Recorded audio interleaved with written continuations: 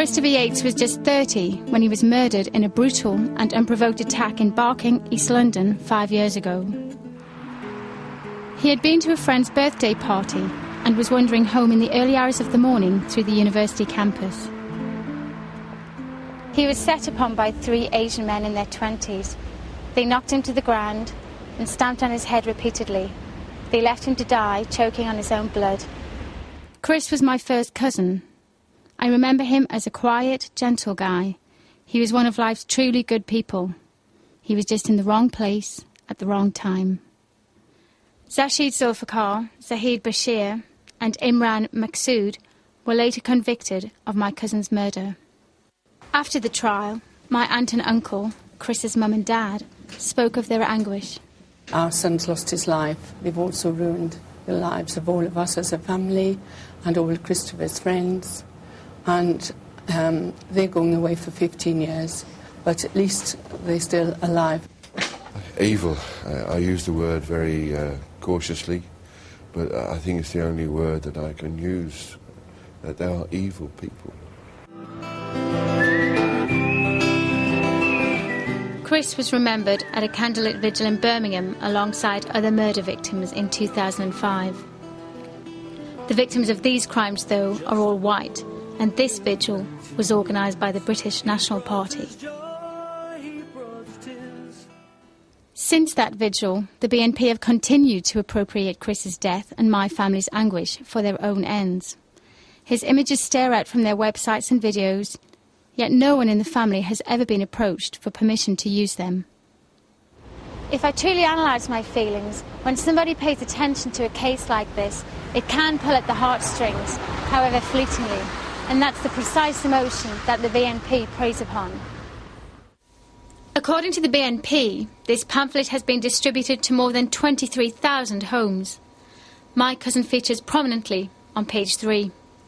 And the third one, the third case study, is a Chris Yates, just one of the victims of racist murder in this country, who the media never talk about because they are white. At a launch event, BNP leader Nick Griffin boasted about the impact the pamphlet was going to have. A real expert from the opposition analysing this is going to think, oh my God, this isn't a bunch of skinhead morons like we pretend and lie to people. This is a party which is really, really serious and has got its act together. I met Chris's brother Nick in one of the local pubs where Chris spent time with his friends. I showed Nick the BNP video I'd found on the web. I find it totally insensitive. You know, they haven't spoken to us at all about using it, never offered any condolences, and whatever their political aims, you know, Chris was very special to us, and we're just appalled that his name and his memory is being used in this way. The BNP have drawn particular attention to something one of Chris's murderers was heard shouting after the attack. "We have killed the white man. That would teach an Englishman to interfere in Paki business." But the 3 men were convicted of murder, not racially motivated murder, a crime which would have carried a longer jail sentence. Given that Chris's murder could have been racially motivated, do you think that's any excuse for any political party to use it on their campaign material? Not at all. You know, as I say, from the outside, it could have been seen possibly as racially motivated, but it was never proven at court. And, you know, I just think it's abhorrent that they should use Chris and his memory in this way, and other people like him. Chris's murder is not the only crime to be used in this way. I've discovered cases up and down the country where personal tragedy has been turned into BNP propaganda.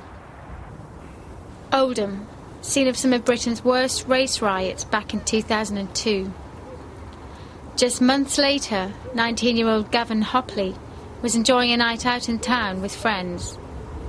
He inadvertently wandered into the troubled Glodick area of the town, where he was set upon by an Asian gang and kicked to death. No one has ever been convicted of his murder, but Gavin's brother Stefan thinks he knows why his brother was killed. It's an all-go white area, and 3 white lads going into an area like that, there's been something that's going to happen. It's either racially or they just wanted to beat somebody up, really. but in my eyes it was racially motivated. Since Gavin's death, the BNP have consistently used his story and images in their campaigning, despite Stefan asking for the material to be removed. My brother's being used as a martyr by the BNP, and I'm not happy with that. Our family's not really happy about it, saying that Asians came up to our graveside and demolished or vandalised the gravestone and the flowers. That never happened, and writing down that Asians had done it is going to cause more arguments. That's a plaque that we had put up, which was blessed by a priest. Gavin was a security guard at this shopping centre in Rochdale, where a plaque has been erected by friends and family in his memory. But it was not the only memorial to Gavin. A few months after his death, this stone was laid by the BNP on the street where he was attacked. I didn't like the fact that this had put down, it caused a rift with exactly what it says between the two racially people. Like, there's got the Asians that are there and us, ourselves.